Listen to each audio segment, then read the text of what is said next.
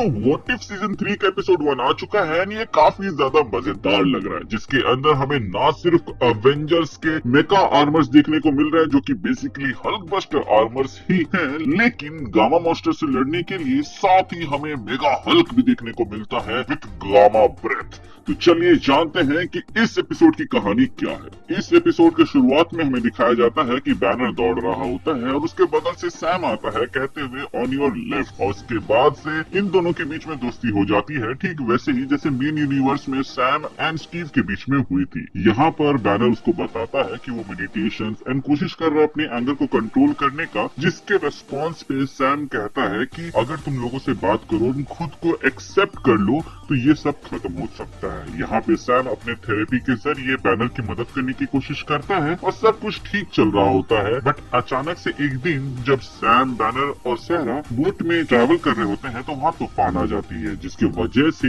यहाँ पर सहरा को बचाने के चक्कर में बैनर को थोड़ा सा चोट लग जाता है और हल्क बाहर आ जाता है। वहाँ पर सैम उसको शांत करता है और ये देखने के बाद से बैनर ये डिसाइड करता है कि वो अपने अंदर से हल्क को बाहर निकालेगा। वो एक खतरनाक डिवाइस बनाता है जिसके जरिए वो अपने अंदर से गामा एनर्जी को बाहर निकाले, और उसमें ये काफी हद तक कामयाब भी हो जाता है। लेकिन यहाँ पर एक गड़बड़ी हो जाती है। जिस गामा मॉन्स्टर को वो बाहर निकालता है वो एक बड़ा सा रूप ले लेता है, उसके बाद तो वो अपनी एक आर्मी बनाकर इन्वेजन शुरू कर देता है, जिसके बाद से टोनी अपनी टीम के साथ मिलकर हल्क बस्टर के काफी सारे आर्मर्स बनाते हैं और इन मेका आर्मर्स की मदद से वो उनका सामना कर रहे होते हैं। हालांकि यहाँ पर ये लोग हार जाते हैं, लेकिन लड़ाई रुकती नहीं है। बाकी हीरोज उनकी लड़ाई को कंटिन्यू रखते हैं एंड फिर वो लोग इन्हें भगाने में कामयाब हो जाते हैं और इसी के साथ ये गामा वॉर खत्म हो जाता है। लेकिन 10 साल बाद अचानक से गामा के रेडिएशंस आने लगते हैं और फिर उसी को इन्वेस्टिगेट करने के लिए ये लोग एक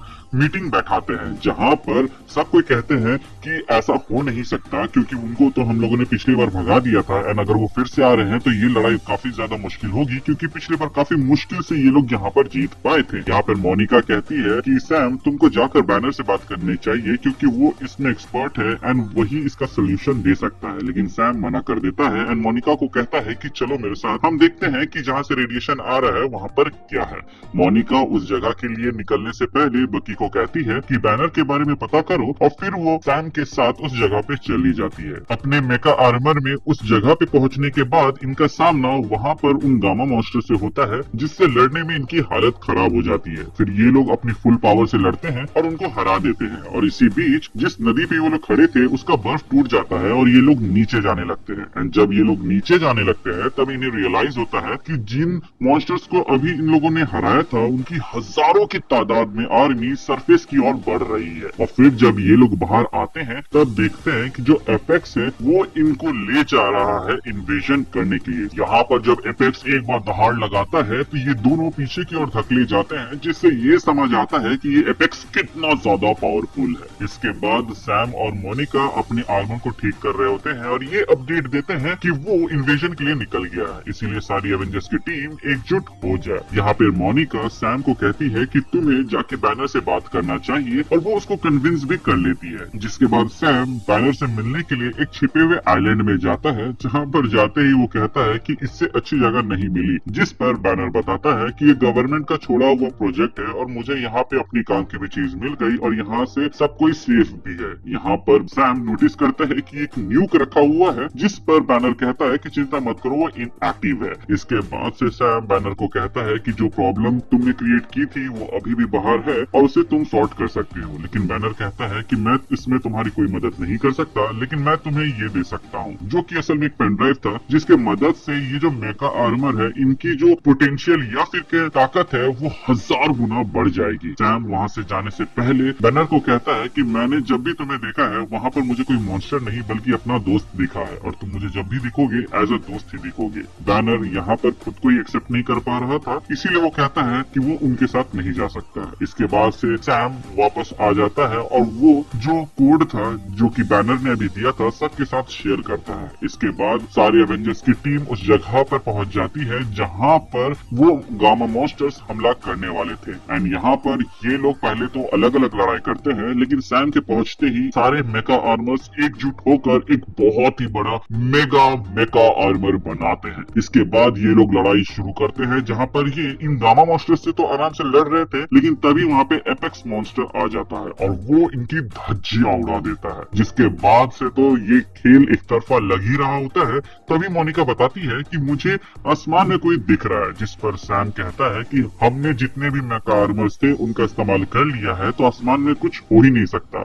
जिस पर मोनिका कहती है कि वो एक मेका आर्मर नहीं है। और फिर हम सुन पाते हैं कि बैनर कहता है on your left captain. And फिर वो ये बात रिवील करता है कि मैंने उस न्यूक्लियर बॉम्ब को फ्रेश गामा कोड दे दिया है जो कि काफी काम आएगा। जिसके रेस्पॉन्स में मून नाइट कहता है कि ऐसा मत करो, अगर तुमने इस बॉम्ब को ड्रॉप किया तो ये पूरी जगह उड़ जाएगी। जिसके रेस्पॉन्स में शूरी कहती है कि ये उस जगह के लिए नहीं है, ये उसके खुद के लिए, वो सब कुछ खुद एब्जॉर्ब करने वाला है। और उसके बाद फिर मोनिका बताती है कि अगर उसने उस बॉम्ब को एब्जॉर्ब कर भी लिया तो फिर वो वापस हल्क से ह्यूमन नहीं बन पाएगा। और फिर सैम कहता है कि ऐसा मत करो, तुम ऐसा नहीं करना चाहते। जिसके रेस्पॉन्स में बैनर कहता है कि सच कहूं तो मैं ऐसा करना चाहता हूं, और वो उस बॉम्ब को ड्रॉप कर देता है। उसके बाद वो प्लेन में कुछ चीजों को एक्टिवेट कर देता है जिसके वजह से उसका हल्क का ट्रांसफॉर्मेशन होने लगता है। और वो कहता है कि लाइफ में पहली बार मुझे किसी भी चीज का डर नहीं है, और इतना कह के वो नीचे जंप कर देता है। फिर वो बॉम्ब फटता है और एपेक्स दूर फेंका जाता है बाकी गामा मॉन्स्टर्स की ओर। और फिर सब कोई उसी ब्लास्ट की ओर देखते हैं, जिसका धुआं हटते ही हम हल्क का एक मेगा काइजू रूप देखते हैं जो कि काफी ज्यादा बवाल रहता है। और यहाँ पर जब ये दहाड़ लेता है तो एपेक्स प्रेडेटर भी थोड़ा सा हकबका जाता है। उसके बाद वो एपेक्स इस मेगा हल्क की ओर जाता है और यहाँ पर इन दोनों की लड़ाई शुरू होती है जो कि काफी खतरनाक होती है। और फिर हम देख पाते हैं कि यहाँ पे जो एपेक्स है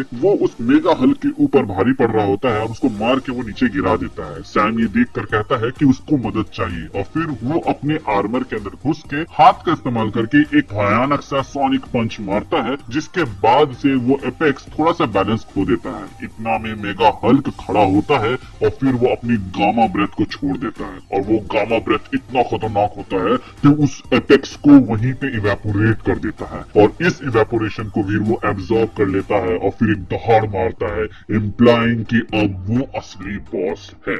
जिसके बाद से एवेंजर्स भी थोड़े से चौकन्ने हो जाते हैं एंड मून नाइट तो गन तक तान देता है उस हल्क की ओर। कि तभी सैम कहता है कि ऐसा मत करो, रुक जाओ। मून नाइट कहता है कि तुम देख भी रहे हो सामने कौन है। सैम कहता है कि वो मेरा दोस्त है एंड मुझे सिर्फ बात करने दो। वो जाता है उस मेगा हल्क के सामने एंड उसकी ओर देखकर उसे कहता है कि मुझे आज भी मेरे सामने कोई मॉन्स्टर नहीं बल्कि मेरा दोस्त दिख रहा है। ये जब मेगा हल्क सुनता है तो उसको अच्छा लगता है और वो फिर सारी आर्मी को अपने साथ ले जाता है उसी आइलैंड में जहाँ पर वो था। एंड इसी के साथ ये एपिसोड खत्म होता है। और मेरे ख्याल से अब तक के एमसीयू के अंदर में इससे ऊपर अगर कोई हल्क है तो वो जो पिछले सीजन दिखा था वही होगा, वरना ये काफी ज्यादा पावरफुल हल्क दिखा है हम लोगों को एमसीयू के अंदर में। एंड आई रियली होप कि ऐसा ही कुछ हमें लाइव एक्शन में देखने को मिल जाए तो काफी ज्यादा मजा आ जाएगा। आपका क्या कहना है इसके ऊपर हमें कमेंट सेक्शन में जरूर बताइएगा। मिलते हैं अगले एपिसोड में नए कहानी के साथ। एंड अगर आप उसको मिस नहीं करना चाहते हैं तो चैनल को सब्सक्राइब कर दीजिएगा और अपनी राय कमेंट सेक्शन में जरूर बताइएगा। Thank you for watching this video. Stay tuned.